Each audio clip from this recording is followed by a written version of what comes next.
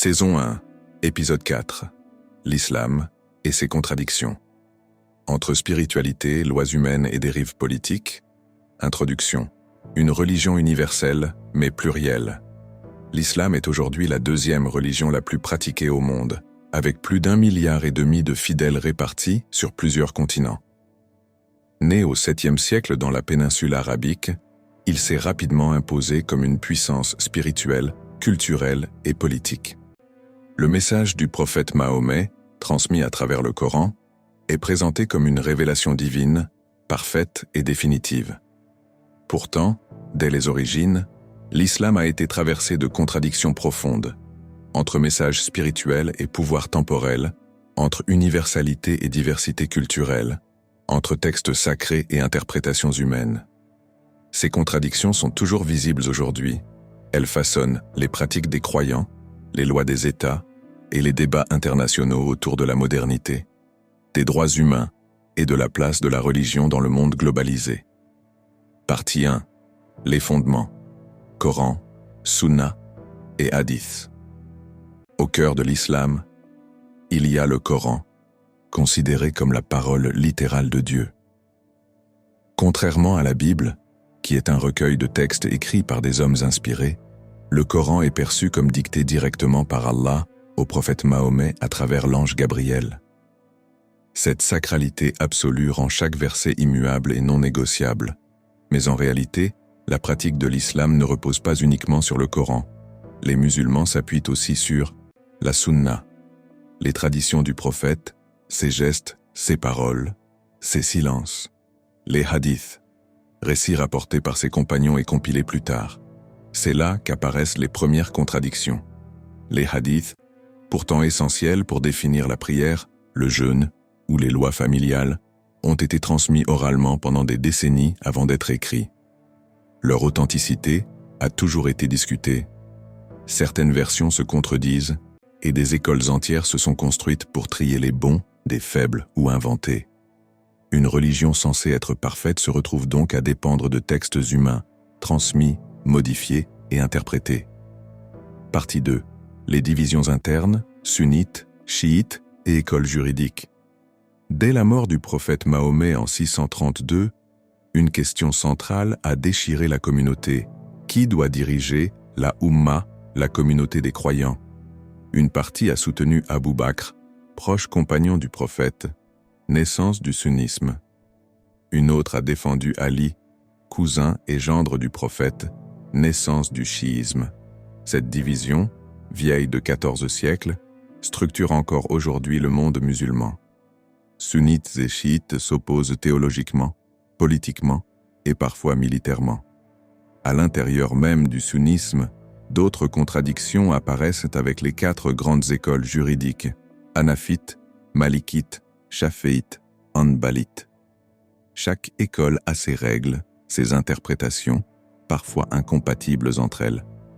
Une seule religion, mais une multitude de façons de prier, de jeûner, de se marier ou de divorcer. Comment parler d'unité alors que la pratique dépend de la région où l'on est? Partie 3. Les contradictions sociales. La place des femmes. Le Coran affirme que les croyants et les croyantes sont égaux devant Dieu.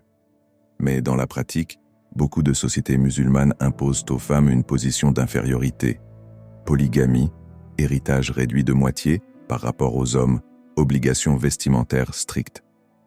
Cette contradiction entre le discours spirituel d'égalité et la réalité patriarcale nourrit de nombreux débats.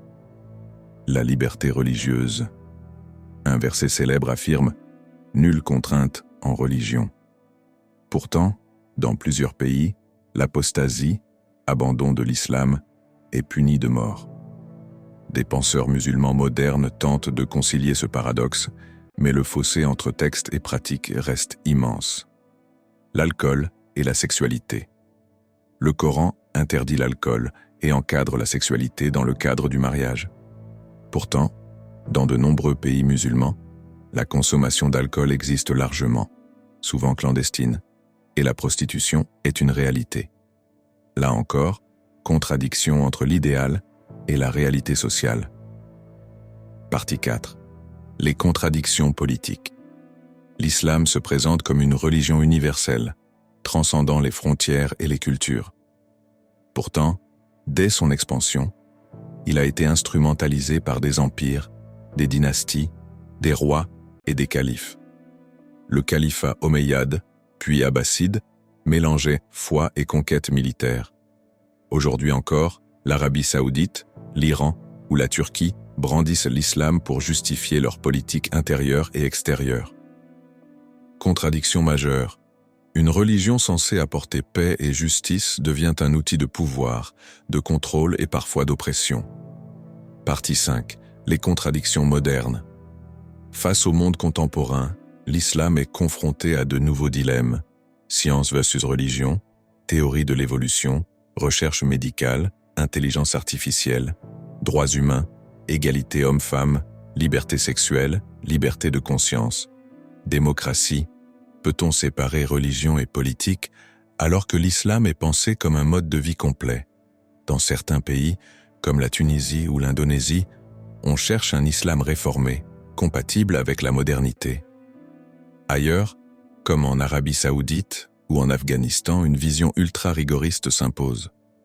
Une religion unique, mais des applications totalement opposées selon les contextes. Conclusion. Une religion entre idéal et réalité. L'islam, comme toutes les grandes religions, porte un message spirituel fort. Justice, égalité, fraternité. Mais son histoire, ses divisions et son utilisation politique l'ont rempli de contradictions. Contradictions dans ses textes, Coran parfait, mais dépendant de hadiths fragiles. Contradictions internes.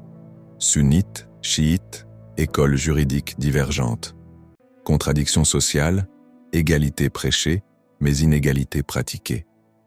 Contradictions politiques, religion de paix, mais souvent instrument de guerre. Contradictions modernes, appel universel mais difficulté à s'adapter à un monde globalisé.